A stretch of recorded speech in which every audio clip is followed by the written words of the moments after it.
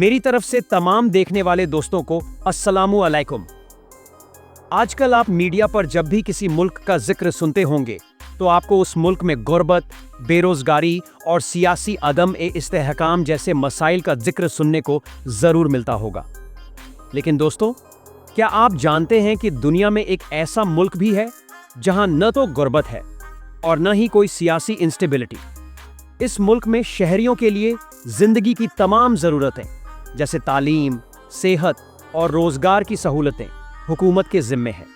ये मुल्क खुशहाल तो है ही, साथ ही पुरसुकून भी है, क्योंकि दुनिया के किसी भी कॉन्फ्लिक्ट में इस मुल्क का नाम शामिल नहीं। दोस्तों, इस मुल्क का नाम है स्वीडन। जी हां, वही स्वीडन जो वाइकिंग्स की कहानियों के लिए पूरी दुनिया में मशहूर है। आज की इस वीडियो में हम आपको लेकर चलेंगे स्वीडन की सैर और सियाहत पर, और साथ ही आपको इस देश के बारे में कुछ ऐसे सरप्राइजिंग फैक्ट्स बताएंगे जो शायद आपने पहले कभी न सुने हों।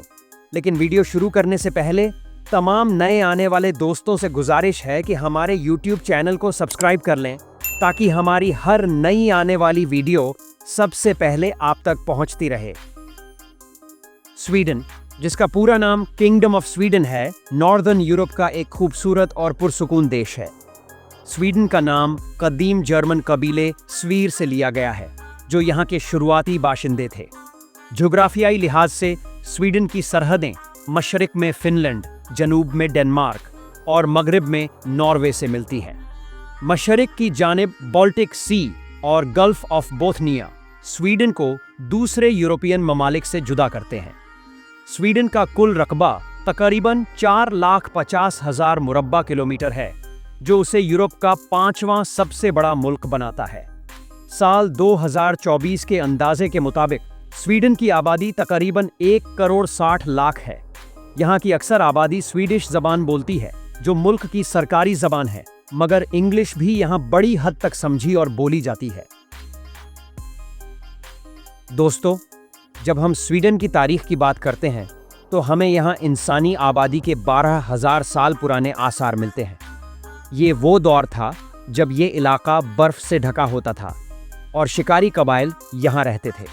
आसार कदीमा से पता चलता है कि यहाँ के लोग तीर, कमान और पत्थर के आलात इस्तेमाल करते थे, जो आज भी स्वीडन के अजाइब घरों में देखे जा सकते हैं। 8वीं और 11वीं सदी के दरमियान स्वीडन दुनिया भर में अपने वाइकिंग दौर के लिए मशहूर हुआ। वाइकिंग लोग, जो अपनी जंगजू फितरत और समुद्री सफ़र के लिए जाने जाते थे, न सिर्फ यूरोप भर में तिजारत करते थे, बल्कि अपनी तहजीब के निशानात भी छोड़ते थे। उन्होंने रूस से लेकर अमेरिका तक के इलाकों में अपनी दास्तान लिखी। ये वो वक्त था जब स्वीडन के वाइकिंग अपनी कश्तियों में समुंदर पार जाकर तिजारत और लूट मार करते थे। उनके बनाए हुए रून स्टोन्स आज भी स्वीडन में मौजूद हैं, जो उनकी कहानियां सुनाते हैं। 12वीं सदी में जब ईसाईयत स्वीडन में दाखिल हुई तो ये मुल्क एक मजबूत सल्तनत के तौर पर उभरने लगा। 13वीं सदी तक स्वीडन के मुख्तलिफ कबाइल एक बादशाह के तहत मुत्तहिद हो गए और ये एक कुदरती ताकत बन गया। 1497 में स्वीडन ने डेनमार्क और नॉर्वे के साथ मिलकर कलमार इत्तेहाद कायम किया, जो तीनों देशों का एक पॉलिटिकल अलायंस था। मगर यह अलायंस ज़्यादा देर तक कायम नहीं रह सका, क्योंकि अंदरूनी डिसएग्रीमेंट्स और डेनमार्क की हुकूमत की वजह से स्वीडन ने 1523 में अपनी आज़ादी हासिल की। उस वक्त गुस्टावुस वासा ने स्वीडन को एक स्ट्रॉन्ग नेशन बनाया, जो आज भी नेशनल लीडरशिप की सिंबल माना जाता है। 17वीं सदी में स्वीडन यूरोप की एक बड़ी ताकत बना। गुस्टावुस अडोल्फस जैसे बादशाहों ने स्वीडन को जंगों में अहम मकाम दिलाया और बाल्टिक सी के आसपास के इलाकों पर कब्जा किया। लेकिन 18वीं सदी की शुरुआत में रशिया के साथ ग्रेट नॉर्दर्न वॉर में शिकस्त के बाद स्वीडन ने अपनी कई टेरिटोरीज गंवा दी, जिनमें फिनलैंड भी शामिल था, जो 1809 में रशिया के कब्जे में चला गया। इस शिकस्त के बावजूद स्वीडन ने अपनी सियासी और माशी आज़ादी को मजबूत किया और खुद को एक न्यूट्रल कंट्री के तौर पर कायम रखा। 19वीं सदी के बाद स्वीडन ने जंगों से दूर रहकर अपने इंडस्ट्रियल रेवोल्यूशन पर तवज्जो दी। यह वो वक्त था जब यह देश एक इंडस्ट्रियल पावर बना और आज तक किसी बड़ी जंग का हिस्सा नहीं बना। 20वीं सदी में स्वीडन ने अपने वेलफेयर स्टेट मॉडल के जरिए दुनिया को दिखाया कि एक देश अपने लोगों को बेहतर जिंदगी कैसे दे सकता है। आज स्वीडन अपनी टेक्नोलॉजी, एजुकेशन और ह्यूमन राइट्स के लिए दुनिया भर में मिसाल समझा जाता है। स्वीडन का दारुल हुकूमत स्टॉकहोम है, जो न सिर्फ स्वीडन का सबसे बड़ा शहर है बल्कि स्कैंडिनेविया का भी एक अहम माली और सियासी मरकज समझा जाता है। स्टॉकहोम की आबादी तकरीबन 10 लाख से ज्यादा है और ये शहर 14 जजीरों पर मुश्तमिल है, जो आपस में 57 पुलों के जरिए जुड़े हुए हैं। इसीलिए इसे अक्सर वेनिस ऑफ द नॉर्थ कहा जाता है। स्वीडन की माशी हालत इंतहाई मजबूत है। यहाँ टेक्नोलॉजी, ऑटोमोबाइल, फार्मास्यूटिकल और क्लीन एनर्जी जैसे शोबे काफी डेवलप्ड माने जाते हैं। साल 2024 में स्वीडन की कुल जीडीपी तकरीबन 700 अरब अमरीकी डॉलर के करीब थी और फर्द आमदन यानी पर कैपिटा इनकम तकरीबन 68,000 अमरीकी डॉलर रही, जो इस मुल्क को दुनिया के सबसे खुशहाल ममालिक में शुमार करती है। स्वीडन की करेंसी स्वीडिश क्रोना है और इस वीडियो की अपलोडिंग तारीख तक एक स्वीडिश क्रोना पाकिस्तान के 30 रुपए के बराबर थी। दोस्तों, अगर स्वीडन के बारे में कुछ दिलचस्प हकायक की बात करें तो ये एक आईनी बादशाहत है, यानी बादशाह सिर्फ एक रस्मी हैसियत रखता है, जबकि असल इख्तियारात मुंतखब पार्लियामेंट और वजीर आज़म के पास होते हैं। स्वीडन का निज़ाम ए हुकूमत एक वेलफेयर मॉडल पर कायम है, यानी तालीम, सेहत और सोशल सिक्योरिटी अवाम को या तो मुफ्त या बहुत कम लागत पर फराहम की जाती है। स्वीडन की आबादी में अक्सरियत मसीही मजहब की पाबंद है और तकरीबन 60 से 70% अफराद चर्च ऑफ स्वीडन से वाबस्ता हैं, जो लूथरन फिरके से ताल्लुक़ रखते हैं। हालांकि मौजूदा दौर में एक बड़ी तादाद खुद को मजहबी तौर पर गैर फाल या एथिस्ट समझती है। स्वीडन में तकरीबन 8 से 10% मुसलमान भी आबाद हैं, जिनमें ज़्यादातर तारकीने वतन हैं, खासकर मिडल ईस्ट और अफ्रीका से ताल्लुक़ रखने वाले। इसके अलावा यहूदी, बौद्ध, हिंदू और दीगर अकलियतें भी यहाँ मौजूद हैं। नोबेल प्राइज की बुनियाद रखने वाला एल्फ्रेड नोबेल भी एक स्वीडिश था। यही वजह है कि हर साल नोबेल प्राइज की तकरीब स्वीडन में ही मुनकिद होती है, जहां दुनिया भर के सबसे जहीन और काबिल अफराद को ये इनाम अता किया जाता है। स्वीडन का नेशनल स्पोर्ट आइस हॉकी है और ये गेम यहाँ के ठंडे वेदर की वजह से बहुत ही ज़्यादा पॉपुलर है।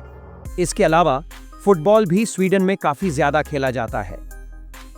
स्वीडन का national bird Eurasian black bird है, जबकि नेशनल फ्लावर लिनेया बोरियालिस है, जो एक छोटा सा खूबसूरत फूल है और स्वीडन के मशहूर बॉटनिस्ट कार्ल लिनेयस के नाम पर रखा गया है। स्वीडन का नेशनल ट्री बर्च है, जो नॉर्दर्न यूरोप के सिंबॉलिक ट्रीज में से एक माना जाता है। स्वीडन पाकिस्तान से टाइम के हिसाब से 3 घंटे पीछे है और दोनों देशों के बीच लगभग 5100 किलोमीटर का डिस्टेंस है। स्वीडन दुनिया के उन कुछ कंट्रीज में शामिल है जहां LGBTQ+ कम्युनिटी को पूरा लीगल प्रोटेक्शन मिला हुआ है। यहां सेम सेक्स मैरिज को 2009 में लीगल स्टेटस दिया गया और हर साल कैपिटल स्टॉकहोल्म में एक बड़ी LGBTQ+ प्राइड वॉक होती है, जिसमें हजारों लोग पार्टिसिपेट करते हैं। स्वीडन में हर साल लगभग 70 लाख गैर मुल्की टूरिस्ट्स घूमने आते हैं, जो नॉर्दर्न लाइट्स, स्की रिजॉर्ट्स और हिस्टोरिकल साइट्स देखने के लिए आते हैं।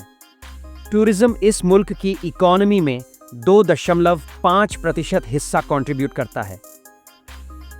स्वीडन का आइस होटल, जो हर साल बर्फ से नए सिरे से बनाया जाता है, दुनिया भर में मशहूर है। स्वीडन दुनिया का 7वां सबसे बड़ा इंटरनेट यूजर देश है और यहाँ 95% लोग इंटरनेट इस्तेमाल करते हैं। स्पॉटिफाई और स्काइप जैसे ऐप्स स्वीडन की ही देन है, जो दुनिया भर में मशहूर हैं। स्वीडन के पास 41 हवाई अड्डे हैं, जिनमें से 12 अंतर्राष्ट्रीय हैं। इसके अलावा यह देश अपने पोर्ट्स के जरिए यूरोप के साथ ट्रेड करता है। एजुकेशन के मामले में स्वीडन दुनिया के टॉप मुल्कों में शामिल है। यहाँ का लिटरेसी रेट 99% है और एजुकेशन बिल्कुल मुफ्त है। स्टॉकहोल्म यूनिवर्सिटी और उपसाला यूनिवर्सिटी दुनिया की बेहतरीन यूनिवर्सिटीज में शामिल हैं। स्वीडन दुनिया के उन देशों में से है जहां का पाकिस्तानी पासपोर्ट पर वीजा लेना बहुत मुश्किल है, लेकिन अगर आपका कोई रिलेटिव स्वीडन में सेटल है तो आपके लिए वीजा प्रोसेस थोड़ा आसान हो सकता है। तो ये थी हमारी आज की वीडियो स्वीडन के बारे में, एक शांत, खूबसूरत और कुदरत की गोद में बसा हुआ देश। अगर आपको ये वीडियो पसंद आई हो तो लाइक का बटन जरूर दबाएं, अपने दोस्तों के साथ शेयर करें और कमेंट्स में बताएं कि आपको स्वीडन की कौन सी बात सबसे ज्यादा दिलचस्प लगी। एक नए देश और नई कहानी के साथ जल्दी फिर मुलाकात होगी। तब तक के लिए मुझे दीजिए इजाजत। अल्लाह हाफिज।